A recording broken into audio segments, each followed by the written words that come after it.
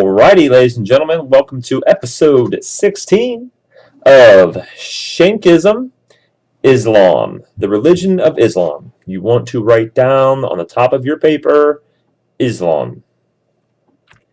The map you see here is the political boundaries. Iraq, Iran, Saudi Arabia, Turkey. This area is known as the Middle East today. Alright, you want to write down Bedouins. These are Arab nomads with their camels and their herders. Okay, if you know what a herder is, they're herding animals. And the time frame of this that we're speaking of is around the 600 CE. This is before the religion Islam starts. So 600 CE or AD, whichever you prefer. And as you can see in the pictures, they're herders. Where do you think they eventually settle? They're going to settle in an area, the Arabian Peninsula.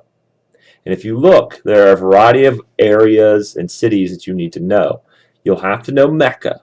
You'll have to know Medina, Jerusalem, Damascus, and Baghdad. Those are the 5 main cities of Islam you must know. You better know Mecca, right? All right. So they're obviously herding, but they're also trading. Mecca becomes the hub for trade. And people are coming from all over the Arabian Peninsula, and people will come from Asia and other parts, and they will trade their goods. To get their goods there, they will use a caravan. And as you see here, they're going to be using the probably the most perfect animal for it is the camel, right? And you do want to write down that a caravan is a group of people, especially traders or pilgrims, traveling together across a desert in Asia or North Africa. However you want to summarize that, go for it. You know, if you know what a caravan is, you wouldn't necessarily have to write that down, but you better know what a caravan is and was. Caravan, kind of think of it like a convoy, all right? You know, it's a big group of people shipping lots of things or lots of people over vast distances. What do you think that they traded? I'm sure you all guessed. Spices, incense, perfumes. Yes, they had perfumes. Metals, ivory means elephant tusks. Okay, silk from Asia, the Chinese, that is. So, goods on the move. So trade helped the diffusion and spread of culture and technology. It's not just always about products being shifted, you know, moving from place to place. You better write down all of the different colors that you see here. So, for example, gold came from West Africa, which we'll talk about here shortly in the next 2 weeks or so. Spices come from India. Any type of thing you're going to spice up your food with comes from India. Wood and iron from Europe. Porcelain from the Far East, meaning China. Porcelain's like that fine china. Silk from China as well. Amber from the Baltic Sea, okay, like that sap that comes from trees. Get familiar with this area. This area is not going away, as we're talking about the whole time here. That's the Arabian Peninsula as you see it. Oh, speaking of, so the roots of Islam. You want to make sure that you have down that it all takes place on the Arabian Peninsula. Peninsula has water on 3 sides. And it is centered around the cities of Mecca and Medina. Like I showed you here. The red is Mecca and the green is Medina right there. Much of the Middle East is directly affected by the spread of religion. And you do also want to write down what I have in red there, which is the Abrahamic religions of Judaism, Christianity, and Islam. They're called the Abrahamic religions because they all stem from Abraham. Yes, Jesus founded Christianity, and yes, Muhammad will found Islam, but they all have their roots in Judaism, the Abrahamic religion. They all believe in the same God. You want to write down 100% the Kaaba. It's an ancient shrine in Mecca, the city I was just talking about. Right? Here's the Kaaba. Around 2130 BCE, it was formed. All right. And what you see, this is in Mecca, the city of Mecca, and what you see in white, those are actually people. This is during the Islamic holy month of Ramadan, which I will talk about. But you have millions of people at pilgrimage there, during the month of Ramadan, and it is jam-packed. Okay, it's impossible to get anywhere close to the Kaaba. Which here is the Kaaba. This is the Kaaba, also nicknamed the Cube.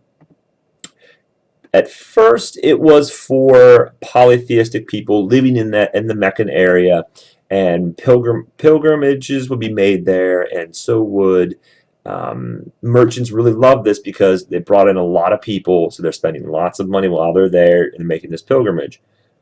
They had idols inside of this house, like idols for worship, different gods that people would go for religious reasons and worship their different tribal gods. Right? You do write down, for sure, the Muslims believe in one God. They're a monotheistic belief, and that's the God they believe in is the same God as the Christian God and the Jewish God. But they say it's Allah. Allah means God, essentially, in Arabic.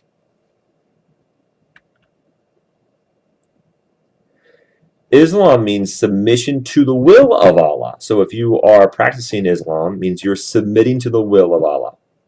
And if you are submitting, it means you're a Muslim, and means one who submits. Okay? Just know that the religion is Islam and that the people that follow it are Muslims.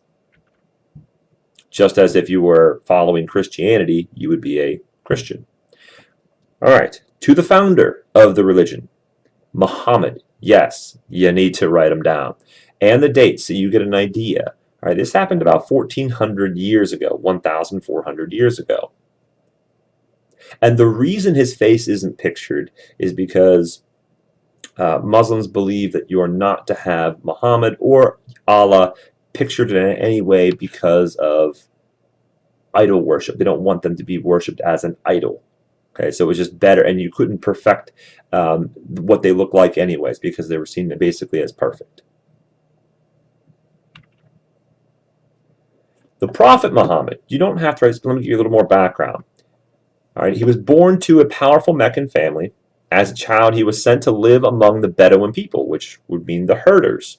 As a young man, Muhammad began working as a merchant in a caravan trade, meaning that he was selling goods, taking goods from one location to another around the Arabian Peninsula.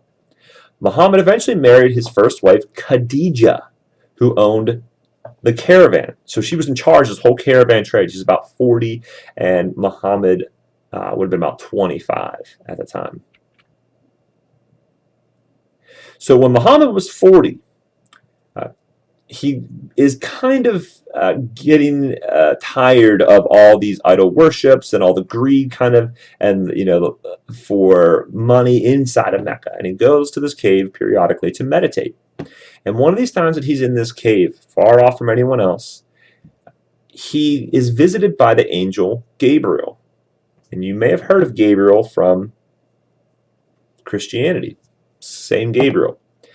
And Gabriel came to him and said that you, Muhammad, will spread the word of Allah. You will spread the message to the people of the world.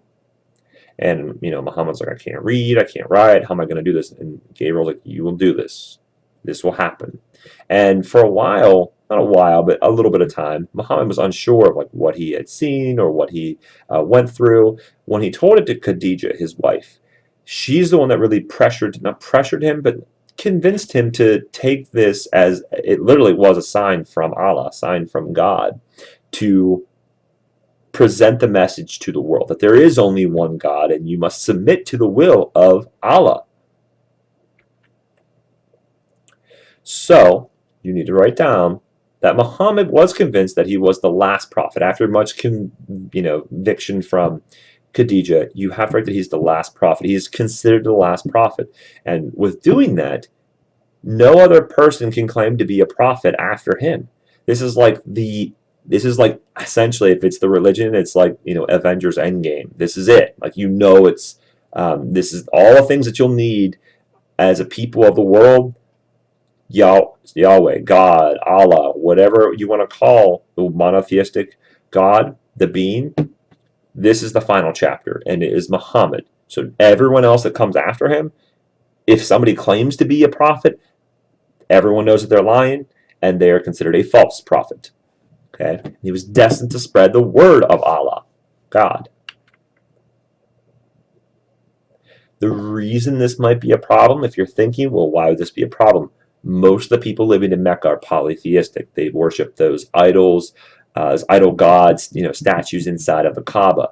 They're not going to take kindly to this, and this would disrupt the trade that is inside of Mecca. Okay, because people wouldn't be making these pilgrimages to this place. Don't have to write this, but this gives you more of an insight.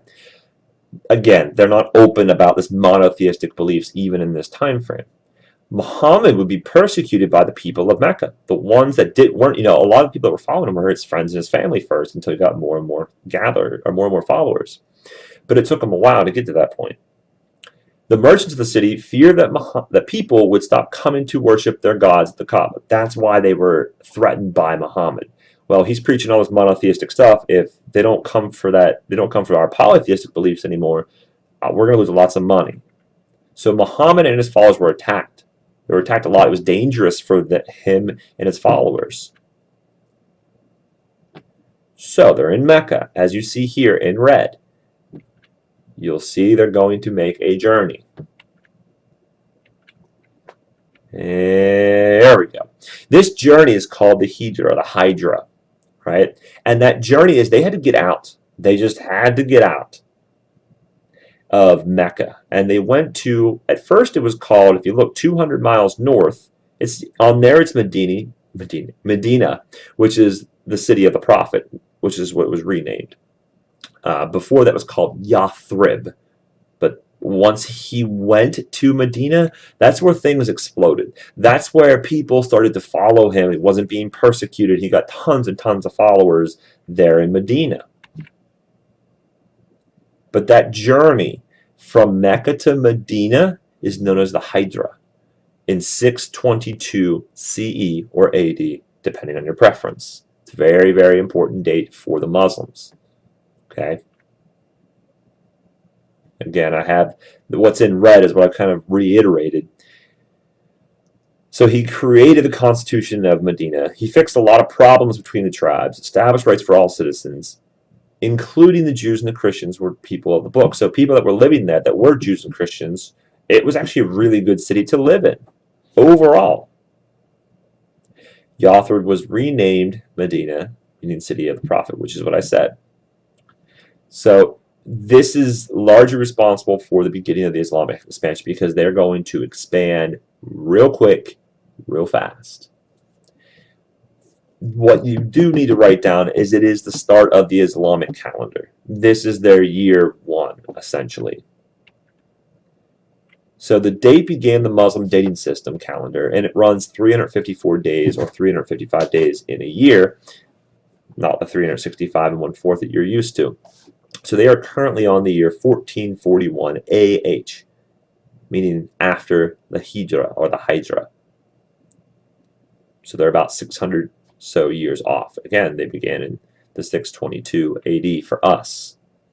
Jewish calendar, if you're adhering to the Jewish calendar, you'd be on the year 5780 because they began in 3761 BCE.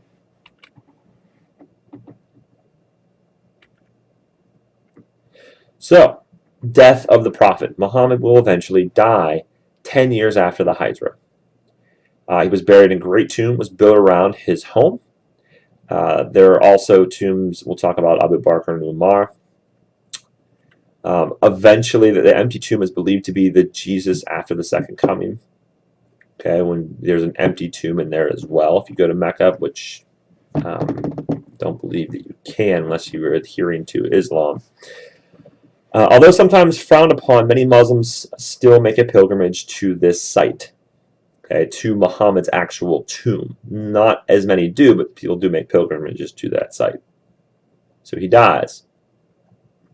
But before we get into any more of that, I do need to make sure that I put into this There are several Islamic holy sites throughout, Damascus and Baghdad and Jerusalem and definitely Medina and Mecca. Like Mecca is 100% number one. It is the holiest city for the Muslims. Probably a close second would be maybe, not a close second, but up there would be Jerusalem. And Jerusalem is where Dome of the Rock is located. If you can kind of see there, I zoom in on Jerusalem here. Dome, you see the golden dome there, Dome of the Rock. What rock? Not Dwayne Johnson. The rock they're referring to is the rock where Muhammad allegedly ascended into heaven to learn the will of Allah. This same rock is where Isaac, remember Isaac was going to be sacrificed by his father Abraham? Well, it doesn't actually happen, but that's a very holy place. This is also, if you remember, Solomon's temple on that exact location. The Romans had destroyed Solomon's temple, and years later, Dome of the Rock was built. Okay, so you have three different religions that are all wanting this land for themselves. The Christians, the Jews, and the Muslims all over Dome of the Rock. It's where Muhammad ascended into heaven. Right? You have to know that that's located, Dome of the Rock is located in Jerusalem. Why that holds so much significance to the Muslims, the Christians, and the Jews. And remember, that's an Old Testament thing. So the Christians and the Jews, they're both going to believe in that. All right, let's talk more about Islam itself, okay? Because Muhammad is out of the picture. We'll talk about the followers that come after. But you want to write down 5 pillars of Islam. 5 pillars of Islam. Pillars hold things up. And these are going to be the metaphorical pillars that hold the religion up. Like what keeps it secure, what keeps it standing day in and day out. And if you want to make a little circular thing like this, you can. That's perfectly okay. Or if you want to make like a building and the pillars are on the side of it or on like beneath it, you can do that as well. The first one is faith. Testify that there is no God but Allah, and Muhammad is the messenger of Allah. So you have to have faith. You have to believe in something you can't see. That's faith. Profess it 3 times in a row, I believe. Prayer. You must pray 5 times a day facing towards Mecca. So no matter where you are on earth, you need to make sure you are facing the direction that's closest to Mecca. If you're in Mecca, you face the Kaaba, right? So this forced these Muslims to understand their location, their ancient GPS, to know where they are on the earth, that they can't, because they can't turn their back on the religion, they can't turn their back on the Kaaba or Muhammad. So they have to make sure. That's why if you were doing it, you'd be turning your back on the religion. Couldn't really turn there, but alms. Alms is giving money to the poor through a special religious tax. Okay, giving a certain percentage to the poor in helping out. This is a religion of peace. Okay, so on its foundations here, these are peaceful things to do. Alms, giving to the poor, religious tax. Think of it like you're offering maybe at church. Similar. Fasting. During the Islamic holy month of Ramadan, when the whole Hijra and everything happened, when that whole thing was getting started, Muslims will fast between dawn and sunset. Now, there's something interesting to think about. They're not eating, they're not drinking, and they are waiting until the sun goes down to eat a big meal at the end of the day. Okay, it's not they don't eat at all that month, it's just they don't eat during dawn and sunset. So in the winter months, it's not as bad because the weather's cooler and the days are shorter because sun goes down around 5 or 6 or whatever it may be. Summer months, it's a lot longer because some days don't end until 8, 9 o'clock, and you have the sun out all day, so you don't eat your meal until 8, 9 o'clock at night. And the reason it changes over the course of years and years and years is because, remember back to their calendar, 354 or 355, over the course of, however many years, the months will change. When I went to Istanbul, it was in May, and there's no one in restaurants. The only person in restaurants was basically me and other Americans and other people that were actually tourists. It was very, very few people that were there actually in restaurants, and they could spot me out like nobody's business because not only do I look American, but I was looking for a place to eat. And during Ramadan, no one's looking for a place to eat because no one's eating, and when they do eat, they eat with their family at home. More than likely, at home. Pilgrimage, the epic holy journey to a sacred shrine. All Muslims who are physically and financially able to perform the Hajj, this is what the pilgrimage is called. It's called the Hajj, not the Hijra. I know there's another H term in there, but the Hajj, or pilgrimage to Mecca, they've got to do it once in their lifetime. So they've got to make this journey. Maybe if you live in America and you are financially and physically able, like you're not sick or anything, you must make it at least once. And you better do it soon because we know that no one's guaranteed a long life. So do it as quickly as possible if you have the money and you're physically able to. Go, make that pilgrimage at least once. You can go every year if you want, but make it once at least. So there it is in a nutshell, the 5 pillars of Islam: faith, prayer, fasting, almsgiving, and the pilgrimage. These are the duties of the religion, right, of Islam. So you've got to have faith in religion. You must pray 5 times a day facing towards Mecca, fast in the Islamic holy month of Ramadan, give to the poor, which is almsgiving, and the Hajj, which is the pilgrimage to the Kaaba, to Mecca, inside the city of Mecca, to see this. When there's millions and millions of people coming, dressing basically all the same, and saying prayers, it would probably be pretty surreal to do that. So what do they follow? What's their book? Their book is called the Quran. So this is, directly from Allah to Muhammad, and they look at it as it's written only the official versions of it would only be written in Arabic. Okay, so if you were a legit practicing Muslim, you should be able to read Arabic and read all of the Quran. The Quran is their holy book. That's like their guidebook. Okay, yes, the 5 pillars, but there's a whole lot more that goes into it. Just as there's more to Christianity than like the 10 Commandments, right? So this is incredibly holy to them. This is like Allah wrote down everything that humans would need to know, and there it is. There's no like translations or anything like that. It's basically this is it. This is what it should be. You take it directly. If you didn't already write this down, Muslims believe that Jews and Christians are people of the book, meaning that they are people of Abrahamic religions, because the Jews, they have the Torah, which is the Old Testament. Christians have the Holy Bible, which is the Old Testament and the New Testament. And Muslims believe in the prophets that are in those books. Okay, they just kind of believe that Muhammad is the final chapter. They all share that common ancestry. So you do want to write these down. Okay, you should have already written the 5 pillars of Islam down for sure. Sunnah, live like Muhammad, like Muhammad's example. You do want to write that down. Another important, there's a lot of S words that are coming up that might be a little bit confusing for you, so pay close attention, review if you have to. Sharia. Sharia is the body of law that regulates Muslims. Sharia law, there's no like separation of church and state here. This isn't like, oh, you have your government laws and you've got your religious laws. They're one and the same with Sharia law. They coincide with one another. Okay, so a lot of these Middle Eastern countries go by Sharia law. So after Muhammad died, who's going to run the religion? Who's going to be the focal point? There's a lot of controversy over this. It's hard for them to agree on it.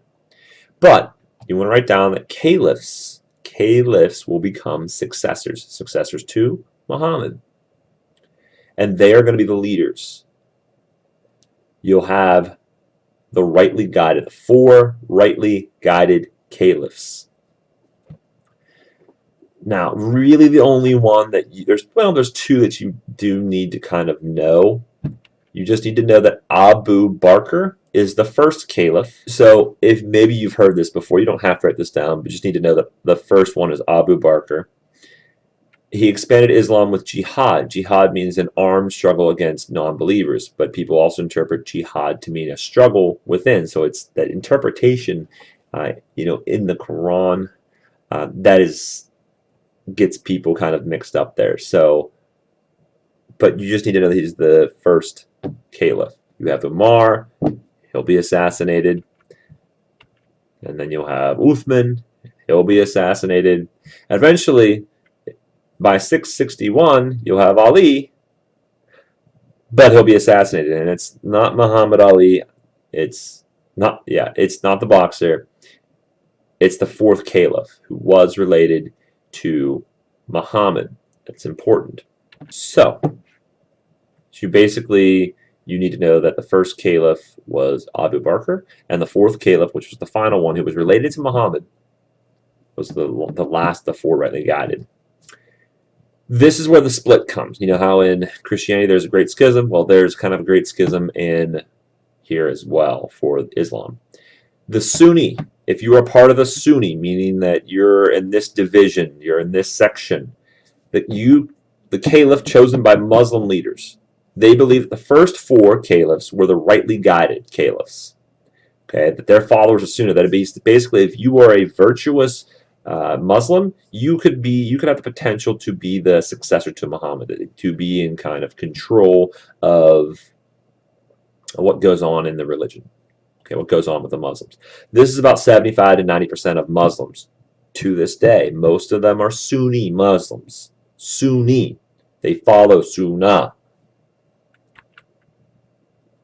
But there were other ones that believed that Muhammad should play a factor in this. They were called Shiites.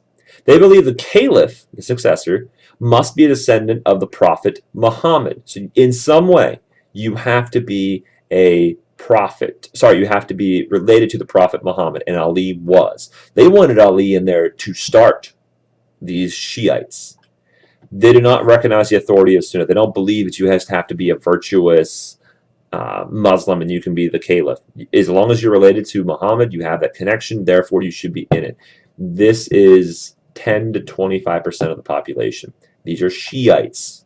You might see them also as Shias.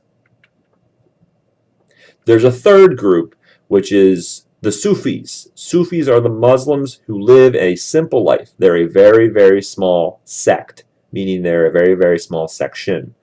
They live a life of poverty and devotion to a spiritual path. It's less than 1% of the population. Not many, but they just kind of wanted to break away because the Sunnis and the Shiites will fight it out. To this day, they so many things they can't agree on that they have been kind of at one another's throats for 1,400 years. And this is just a summary of what we talked about. Sunni is Shia. Okay, if you see that. Sunni and Shia split. So the Sunnis, again, support the rightly guided caliphs. They are adhering to Sunnah. The Shia, or also known as the Shiites, they want to be a blood relative of Muhammad. Okay, blood relative. Alrighty, well, that has been episode 16 of Shankism. This has been about Islam. And again, if you have any questions, please put them in the comments on Google Classroom, if you would, please. All right, have a lovely afternoon.